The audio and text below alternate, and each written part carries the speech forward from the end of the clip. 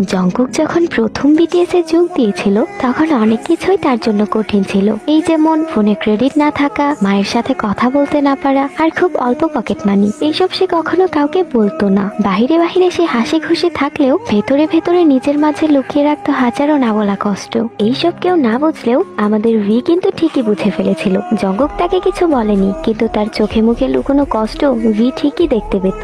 আর একসময় ভি সিদ্ধান্ত নিল তার পকেট মানি দিয়ে প্রতি সপ্তাহে সে জঙ্কুকের ফোন রিচার্জ করে দেবে। যেই ভাবা সেই কাজ। অনেকদিন পর জঙ্কুক জানতে পারলো প্রতি সপ্তাহে ভি তার ফোন রিচার্জ করে দিত। সে অবাক হয়ে কিছুক্ষণ দাঁড়িয়ে রইল এবং তার চোখে পানি চলে এলো। সে ভি কে শক্ত করে জড়িয়ে ধরে বলল, হিউ, আমি ভাবতাম আমি একা।